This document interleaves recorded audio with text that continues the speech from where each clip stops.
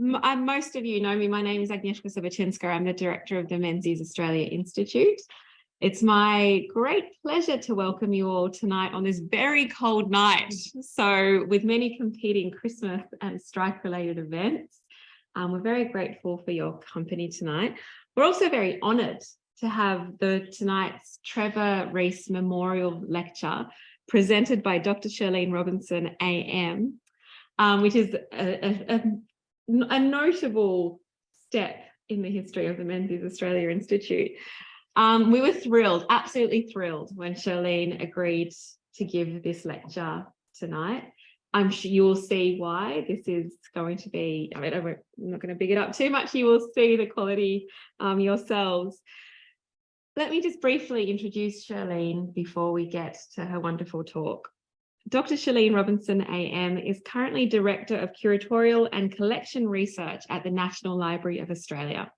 She's an academic, currently holding affiliations at the University of New South Wales.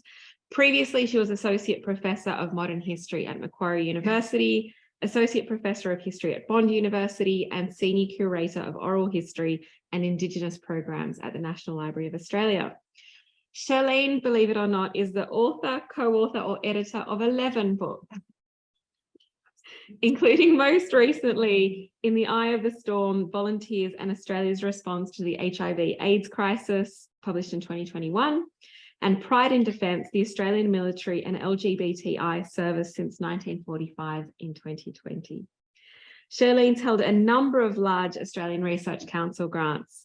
Her research interests are very broad. They include oral history, HIV/AIDS histories, the history of sexuality, the history of childhood and youth, and Australian history more broadly.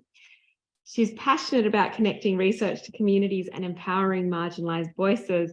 And for this, and also for her activism, she's been recognised with a number of awards and fellowships, including a Wright Fellowship here at what was then the Menzies Centre for Australian Studies, and has been appointed a member of the Order of Australia for her significant service to the LGBTIQ community, to marriage equality, and to history. We are incredibly proud to have her deliver the Reese Lecture in 2022, so please make her welcome.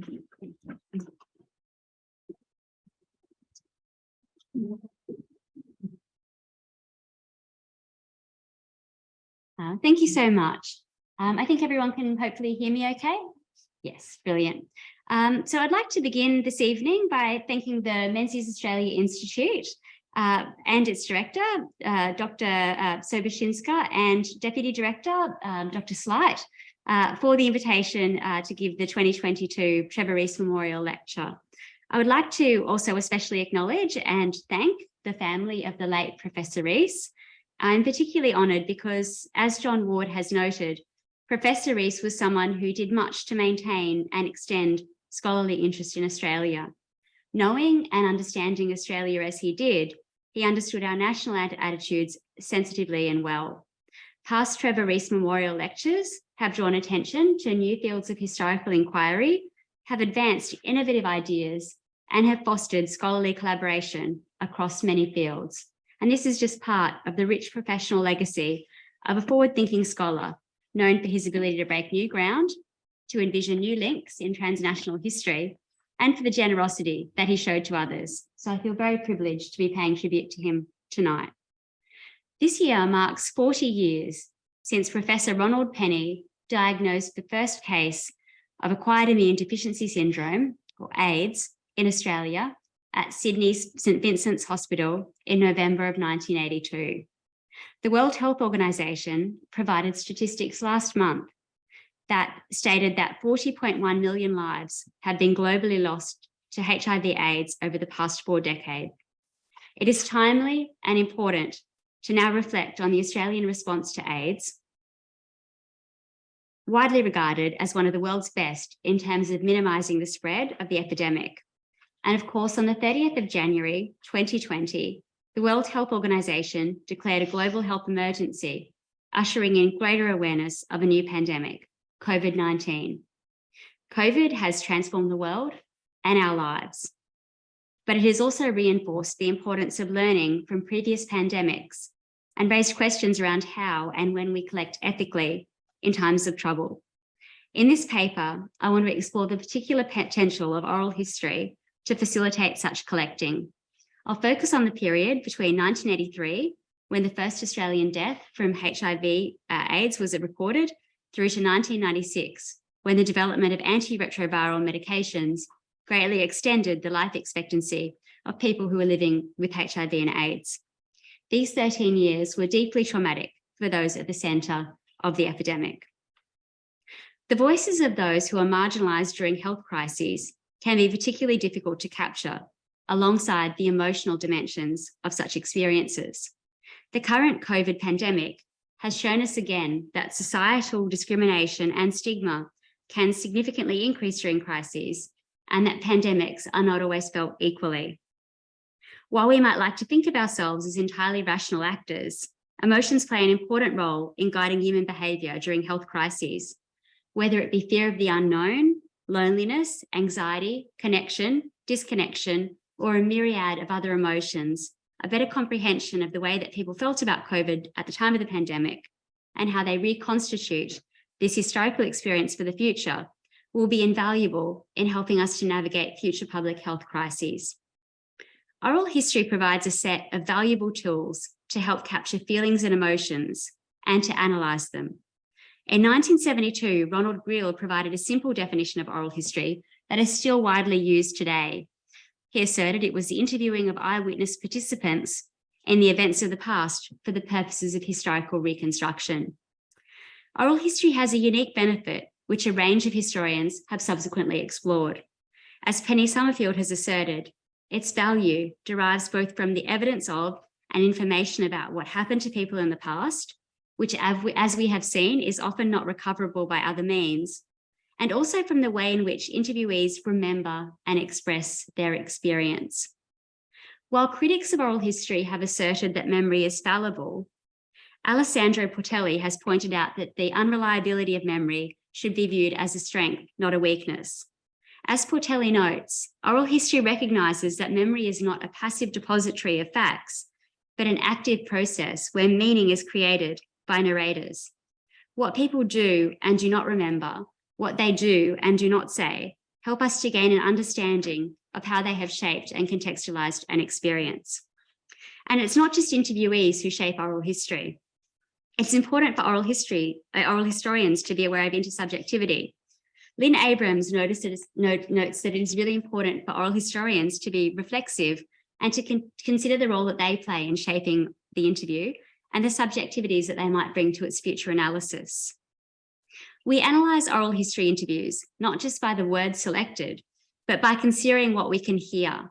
Alastair Thompson asserts that within oral history interviews, speakers can add emphasis by increasing volume or by adding well-timed pauses.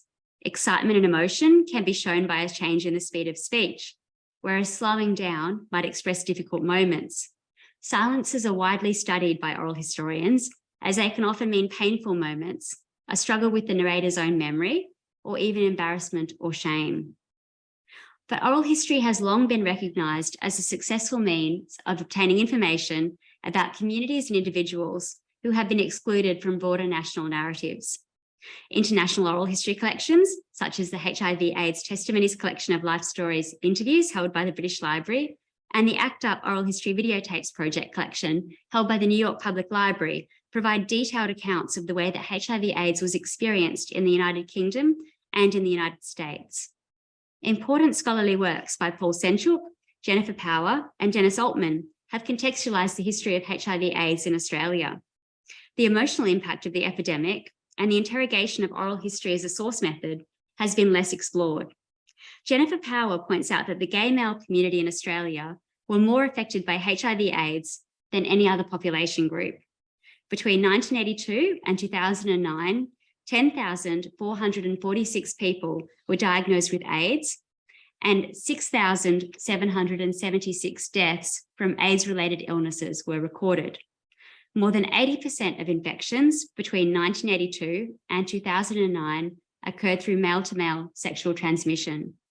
In a sense, the experiences of gay men in Australia was very similar to gay men in cities such as London, San Francisco, and New York. Sarah Shulman has assessed the broader impact of HIV/AIDS on the gay male community of the United States. She asserted that every gay person walking around who lived in New York or San Francisco in the 1980s and early 1990s is a survivor of devastation and carries with them the faces, fading names, and corpses of the otherwise forgotten dead. Shulman captured the extent to which the epidemic devastated the gay male population, also noting that much of their grieving was conducted in isolation without support from the mainstream community. While support was not forthcoming, prejudice was. Paul Senchuk notes that many gay men were evicted from their homes or denied accommodation in Australia in the 1980s. In August of 1983, a Sydney dentist banned homosexual patients from his surgery. Sydney telecom engineers refused to carry out repairs at the Pitt Street Mail Exchange because they claimed it was staffed by large numbers of homosexual telephone operators who probably had AIDS. But while there was discrimination, there was also leadership. It came from politicians and it came from those most impacted by the epidemic. Rather than ignore HIV/AIDS the way that the Reagan government did in the USA, or respond slowly the way the Thatcher government did in the UK, the Australian government was prepared to partner with non-government organisations and affected communities to develop a response to the epidemic. For example, by funding AIDS councils and empowering the groups and individuals most affected, the government enabled them to conduct critical outreach amongst their own peers. Members of affected communities, including lesbian, gay, bisexual, transgender, intersex and queer people, sex worker communities and organisations, and injecting drug user organisations and positive people groups in Australia, responded proactively and creatively to the epidemic and were a key component behind the success of the Australian response. Oral history opens up a fuller exploration of this significant grassroots movement because it provides unique source material from those most impacted. Moreover, it captures not only the experiences of such individuals, but allows us to understand the meanings that they subscribed to these experiences at the time and at a temporal distance. This presentation draws from two significant oral history collections that record the Australian experience of HIV/AIDS and the perspectives of those who felt the epidemic most fully. The first is the world-leading Australian Responses to AIDS oral history collection, initiated by the National Library of Australia in 1992. The second, conducted 24 years later, is the HIV/AIDS Volunteers Oral History Collection, and that is a project that I led. The HIV/AIDS Volunteers Oral History Collection drew from a large Australian Research Council project between 2016 and 20, and I'd like to acknowledge here the support of the Australian Research Council and my fellow researchers. I would particularly like to acknowledge the many interviewees who spoke to us for this project and who spoke to those who spoke to earlier interviewers from the National Library of Australia for their project. These individuals shared their experiences and memories, which were often traumatic, largely because they felt that it was important for the Australian experience of HIV/AIDS in all its complexity not be forgotten. And I'm very grateful to them for this.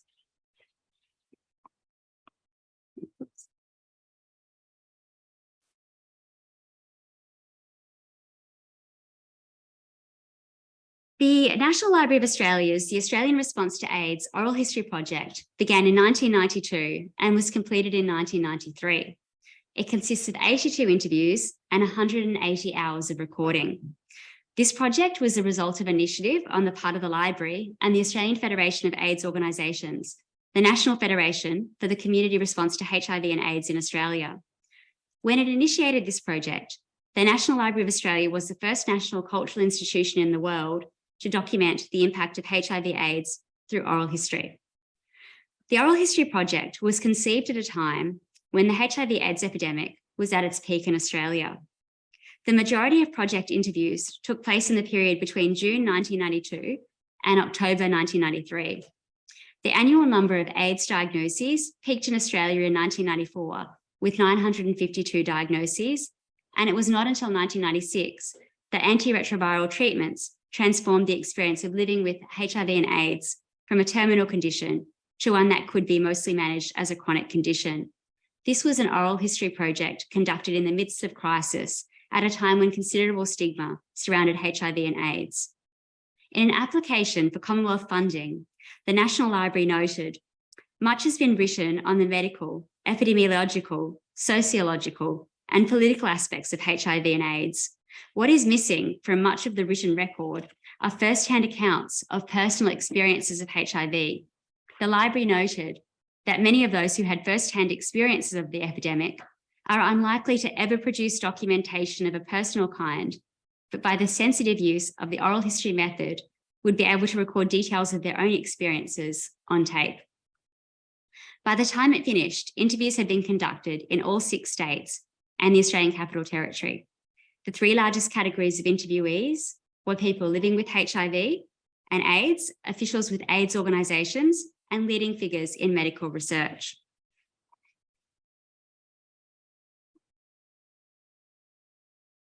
Well-known figures who were interviewed included Professor Ronald Penny, who I mentioned before, diagnosed the first case of AIDS in Australia in 1982, actually at a time when there was no testing, so he had to ring the Centre for Disease Control in America and sort of verbally describe the situation in front of him to do that. Dr. Neil Blewett, who was a federal health minister at the time that the epidemic reached Australian shores, Neil Blewett's advisor, Bill Bowtell, photographer William Young, who I would like to credit for that really remarkable photo that you saw on the front of the slide tonight, and public figure Ita Buttrose, who used her public profile to raise awareness about HIV and AIDS, writer Timothy Conygrave, and then Justice Michael Kirby, who subsequently became a Justice of the High Court in Australia. From the outset, the library and AFAO realised that a number of interviews needed to be urgently prioritised due to the health situation of interviewees. The library also realised it needed to overcome a lack of awareness about HIV/AIDS and forge connections with impacted communities if the project was to succeed. The collaboration with the Australian Federation of AIDS organisations was integral as trust was fostered and the project was able to record the views and perspectives of a diverse set of interview subjects. Such views were shared through mechanisms such as a training workshop, as well as the circulation of interview topics and themes between AFAO and the library. So these are some images that were taken of that sort of collaboration. So really literally around this table, you can see a collection of community members, representatives from HIV/AIDS organisations and staff from the library as well. And there's another one similarly capturing that. And the image that you can sort of see on the on one side of the screen shows some interviewers, including James Waits, who is second from the right, who I will talk about a little bit in a minute. Because apart from drawing on its own existing expert interviewers, the library recognised the benefits of employing interviewers with lived experience of the epidemic and the gay community. James Waits was formally contracted to the National Library of Australia after he attended the preliminary workshop as a community member and subsequently wrote directly to the library, explaining the way that the epidemic was shaping his own life. He wrote, "Living in Sydney, one experiences the epidemic as lived by ordinary people on a daily basis. There is an aura of surreality about living amongst a community of people in different stages of dying. It is quite profound, hard to describe, and I suppose I have been drawn to the desire to document the experiences of such people as a result." He continued, "Just this week, a friend came round. His lover had died this week. He'd been looking after him for months. He's positive too. He showed me his picture and just said, 'I really loved him.' That's all he had to say. I can't tell you how heartbreaking it was." In his letter to the library, James posed some questions at the heart of the experience of living with HIV and AIDS, and these emotions were drawn out in many of the questions he asked of his interviewees. Waits wrote, "What is it like to be living seemingly well, but always this thing ticking away inside of you? What is it like to experience the existential fear on a daily basis, to lie on a trolley in casualty waiting for a bed, to discover your husband of 20 years is bisexual and has passed on the virus to you, your children, the IV drug scenario, the haemophiliac scenario, the prejudice, the practical problems of survival, the discovery that there is not a caring community out there, fights between families and lovers over burial, etc. To some, I know being HIV positive means that every day has an aura of existential sacredness about it, Others are bitter, confused, and unforgiving. James's immersion and deep awareness of the emotional contours of the epidemic meant he ultimately became one of the project's most prolific interviewers. He was able to effectively build trust with interviewees, and his efforts have ensured that the voices of people living with HIV and AIDS are represented as a central point of this collection. The way people felt about living with HIV and AIDS in the early 1990s is captured in many of the interviews. Robert McLean reflected on the way that hope propelled him forward in an interview with James Waits.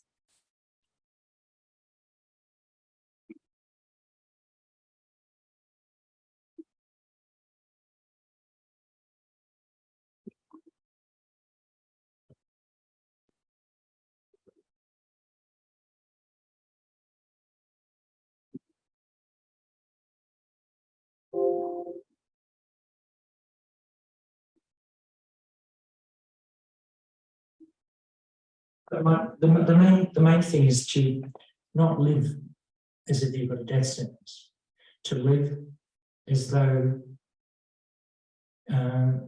each year the prognosis of increases. Like when I was first told, they were talking about 2 or 3 years. The last thing I heard was up to 20 years. So, and who knows what's going to happen in 20 years. So even if a cure is not found, there's always hope. And if you give up having hope, then you might as well put a gun to your head. If you're diagnosed, you should always think that life can go on with the wind, tomorrow is another day. And I think it's really hard to not be moved by that particular extract. I noticed some of you picked up on the cat in the background, which gives us a real sense of Robert as a person as well. So it's it's a really moving excerpt to listen to. So the Australian Response to AIDS Oral History Collection was a groundbreaking and significant project which shows the deep value of conducting oral histories during a time of crisis. The interviews in this collection provide unique evidence about what happened to a marginalised group of people during an epidemic that disproportionately impacted them and the ways that they felt about it. The interviews cannot be separated from their context. Interviewees provided oral histories to document what they felt would not be captured in broader histories of this time. The interviews served as a way of bearing witness, of ensuring that they and their experiences would not be forgotten. This sentiment was expressed by Leslie Taylor, a HIV-positive man interviewed by James Waits in November of 1992. And I think it's very important that this interview is taking place today and that other interviews similar take place, because it's going to be history in the future. Hopefully that history will not be necessary in the fact that we'll find a cure or something very soon. Tomorrow, today, now, next hour. But we just have to deal with the here and now, step by step. I want to now turn my attention to a later oral history project. Between 2016 and 2018, I conducted interviews with 3 other researchers on the HIV/AIDS Volunteers Oral History Collection, which consists of 67 interviews in total. The project was the first to investigate the critical role that volunteers, largely drawn from the LGBTIQ community, played in guiding Australia's response to HIV/AIDS. LGBTIQ people have been under-recognised as Australian volunteers. This is a significant issue because, as historian Melanie Oppenheimer has shown, Australia's high level of volunteerism is a source of national pride and a core component of national identity. Australia has the highest rate of volunteer participation in the world in amateur sports coaching and in umpiring, and in women and community service organisations such as the Country Women's Association and community organisations such as Apex and Rotary. From a general social survey conducted by the Australian Bureau of Statistics, we know that around 5.8 million Australians perform around 743 billion hours of voluntary work, worth between 17.3 billion and 24.5 billion to the Australian economy. In a general social survey conducted in 2014, with data released in 2015, participants could nominate their sexual orientation and respond to the question, have you undertaken voluntary work in the past 12 months? 34% of those who classified themselves as gay or lesbian undertook voluntary work, compared with 31% of those self-described as heterosexual. If Australian society venerates volunteers and particular groups of people are excluded from that narrative, that has real implications. If they fall outside the narrative, they fall outside of the body politic of the nation, and it is easier to deny their claim for acceptance, protection from discrimination and violence, and their rights to equal treatment. This is one of the reasons that it's so important to fairly recognise the contribution of LGBTIQ volunteers. And volunteers were integral to Australia's response to the epidemic. The Victorian AIDS Council, for example, has noted the community response to the HIV/AIDS epidemic was the basis for the establishment of the Victorian AIDS Council, as it was for AIDS organisations throughout Australia and the Western world. It was that community response based upon volunteerism, often vocal and activist, that rose to the occasion. This diverse group of volunteers quickly became the backbone of care and support for those living with HIV/AIDS. The response was driven by those who themselves were either infected or at risk, and it was they who guided some of the organisational structures and directions. This then led to those who were affected becoming involved, and at the height of the epidemic, this unpaid workforce grew to more than 1,000 volunteers in the VAC, Victorian AIDS Council's community support program alone. And there's just some images of volunteers. So the AIDS Mates group of people very early in the Victorian response, being trained in palliative care and nursing and support. And taking calls on hotlines was also extremely common as a volunteer response during this time period. Oral histories provide an important means for us to gather perspectives about volunteering during the HIV/AIDS epidemic that have not yet been documented. While reports provide statistics, oral histories connect us to the feelings of the experience. From the outset, when conducting this oral history project, myself and other researchers were guided by many of the same principles that informed the earlier oral history project. These included sharing authority, working collaboratively with interviewees, recognising their authority and their agency. The perspectives of marginalised people were at the centre of both. Both projects adopted a whole-of-life approach, exploring the thematic focus of the interview within the context of an interview that explored the interviewee's full life experience. Participants in both projects largely opted to provide oral histories because they felt that their experiences and those of friends and loved ones were not part of the dominant social discourse. Interviewees came from a wide variety of backgrounds. We focused on interviewing people who volunteered through AIDS organisations and on those who had not already publicly shared their experience on the historical record.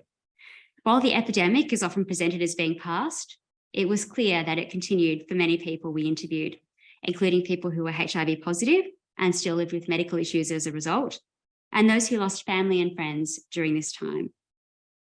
For the purpose of our project, volunteering included formal forms of volunteering, such as home care for people living with AIDS or working on an AIDS information hotline, but also included informal types of volunteering. Many interviewees were gay men, but we also interviewed several lesbians and heterosexual women, heterosexual men, people living with HIV, sex workers, and members of the broader community. We promoted the project in a variety of means, ranging from mainstream media, the LGBTIQ press, electronic media, and media directed towards people living with HIV and AIDS. In total, we received 101 expressions of interest. 8 interviews have been archived at the National Library of Australia, with the other interviews being archived at the Australian Queer Archives in Melbourne. Interviewees frequently indicated that they were providing oral histories, as I noted, to ensure that perspectives that were left out of broader historical narratives were captured for posterity. And the interviews for this project were conducted decades after the Australian response to AIDS oral history interviews were conducted. With one exception, interviewees for both projects were different. While one might have assumed that the trauma covered in interviews decades after the arrival of HIV/AIDS were lessened, this was not the case. One interviewee, John Bell, had been deeply involved in the volunteer response to HIV/AIDS from the very early years of the epidemic. In June of 1983, aged 23, John found himself at a Melbourne meeting of around 600 people where the gay community gathered to plan a response to the growing prejudice caused by the epidemic. He spent the next 7 years completely immersed as a volunteer for the Victorian AIDS Council, particularly nursing people who would not survive the epidemic. For John, those 7 years were all-consuming, with his time and energy directed entirely towards the epidemic. Having recently come out as a gay man and having found his community, John fought hard to protect it, and volunteering became his world. In an interview conducted in 2017, he asserted, maybe, if I think about it, maybe a little adrenaline protected us and distracted us from the horrors in the background. And maybe, however strong the feelings of helplessness were, the more we had to work harder and longer to overcome them. I had very strong feelings of helplessness, powerlessness. The numbers were just mounting up. People that I never met were dying, but now I never get to meet them. I was going to anyway, but that wasn't the point. This was my community. It was dying. Was there going to be anything left for me, having finally arrived? as I've noted, oral history interviews are a dialogue between the past and the present. The weight we place on historical experience may vary based on our present situation and broader social circumstances. Sometimes having the distance to reflect means that interviewees are able to be more critical about the situation that they found themselves historically, and able to locate that within the context of a broader life. Gay Egg now contextualises her volunteering in the HIV/AIDS space alongside other activist contributions that have taken a heavy toll on her. She draws together this contribution across the activist sphere and its costs on her in her interview, asserting, we've been all talking to each other more about volunteering and like whether we all have, you know, like in that 70s stuff when we stepped up to set up the, you know, the women's refuges, the Red Cross centres, the health centres, the Aboriginal people we stepped up to set up the legal centres, helping with everything. That came at a really high cost. Like we have a high mortality rate and we didn't learn boundaries. We didn't learn, kind of like we all had this big sign on our forehead that said, I will work for you for free. I will give my life for yours. Yvonne Gardner was a heterosexual woman who had forged friendships with gay men dating back to the 1950s when she was a teenager. In her 2017 interview, she described her volunteering during the epidemic as a natural outcome of these bonds.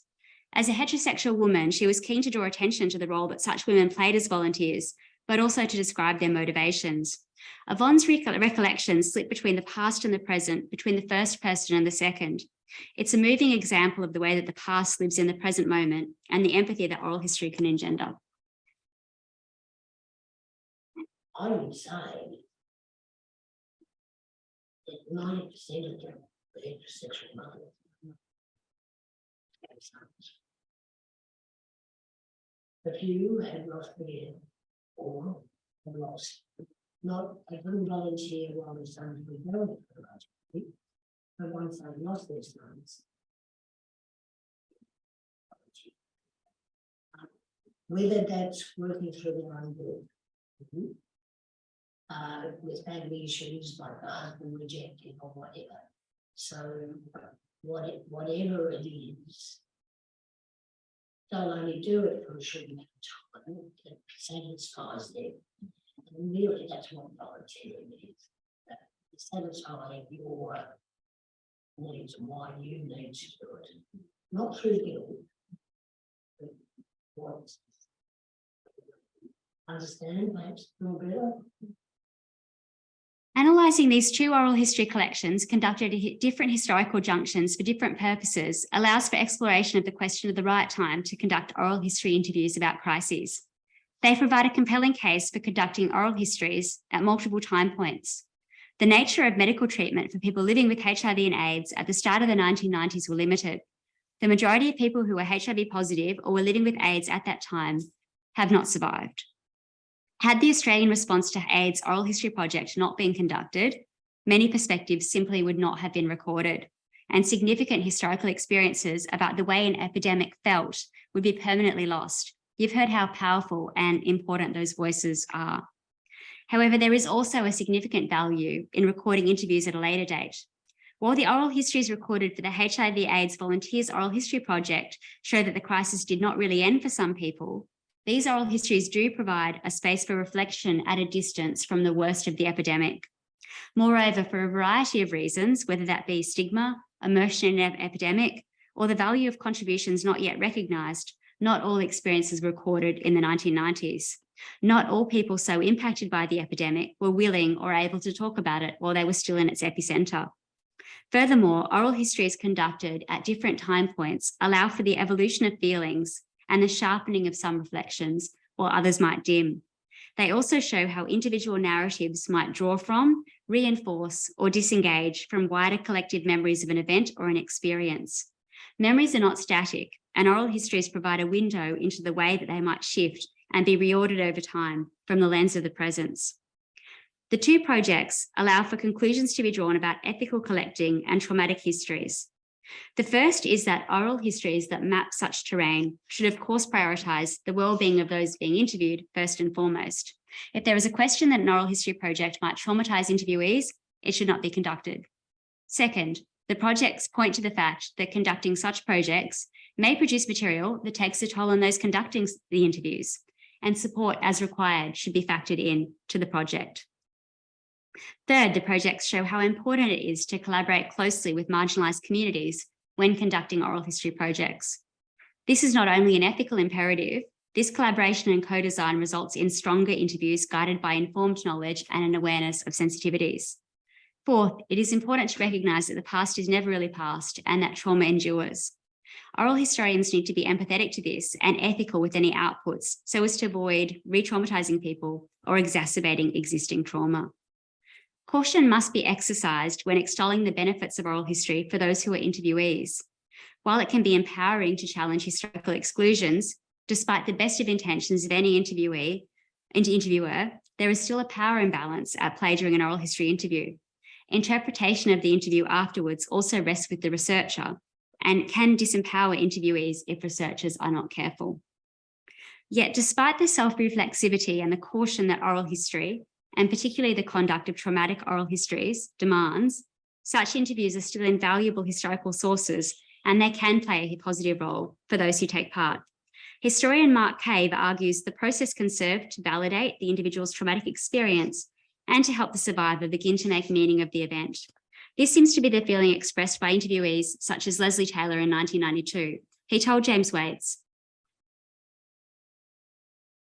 I've got people coming in and taking videos and then interviews like this and other things, because I think it's very important, because when this war is over, and that's what it is, that you probably heard me speak the other day, on Saturday, it's a war, and one day that war is going to be over, and you know, the generation that's coming through are going to say, we dad, Mum, what did you do in the war?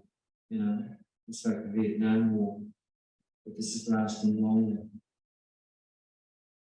the HIV/AIDS epidemic of the 1980s and 1990s was a very difficult time for those most impacted as they fought a segmented and vicious war, one that was invisible or ignored by wider society.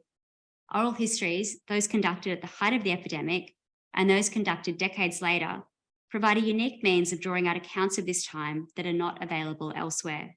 They also allow us to consider the meanings that people attach to events and to reflect on how that meaning might change or be reconfigured by interviewees over time. Interviews give us a sense of what an epidemic felt like for those most impacted. We hear defiance in the face of unspeakable odds, courage, anger, despair, and hope. We hear the way that the past lives on in the present, and the way that deeply felt emotions continue to resonate, even if they've shifted over time. The two oral history projects I've analysed tonight point, I hope, to ways in which oral history can elevate the perspectives of marginalised people and draw out memories of emotions and trauma over time that elicit a deeper perspective of the past.